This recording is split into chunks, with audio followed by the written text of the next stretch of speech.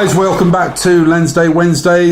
This episode, as promised last week, another interesting fast prime L series lens from Canon.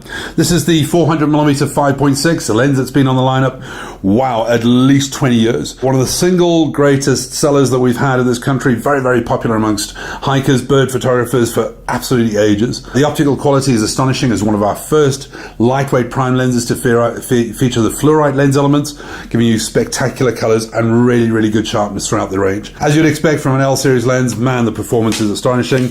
It's one of the only two that's got the built-in hood in a small, lightweight design. The only thing missing, and what a lot of people ask about, stabilizer. It's desperately in need of a stabilizer.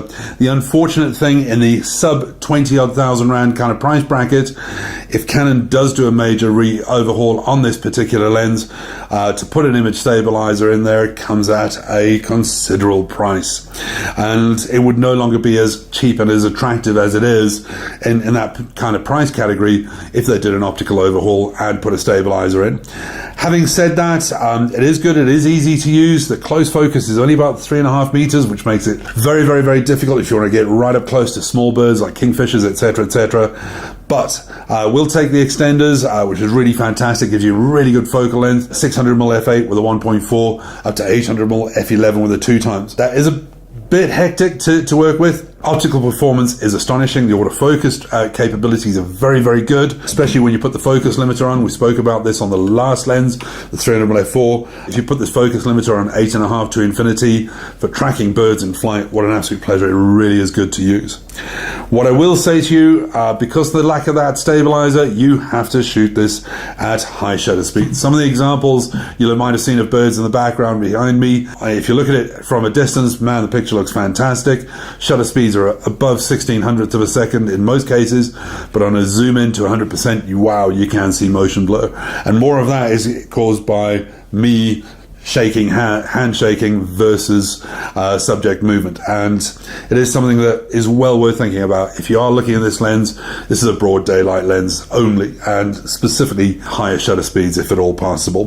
The lack of stabilizer is its only inhibiting factor. Having said that, there are thousands and thousands of photographers using this day in, day out. On a crop sensor camera like the 7D2, a lot of the samples have been taken on the 7D2, giving you a 600mm at f5.6 in that package is absolutely astonishing and well worth the money if you're looking for a fast prime. There is, however, one unbelievable, horrible thing about it, and it's the lens we're going to talk about in the next episode.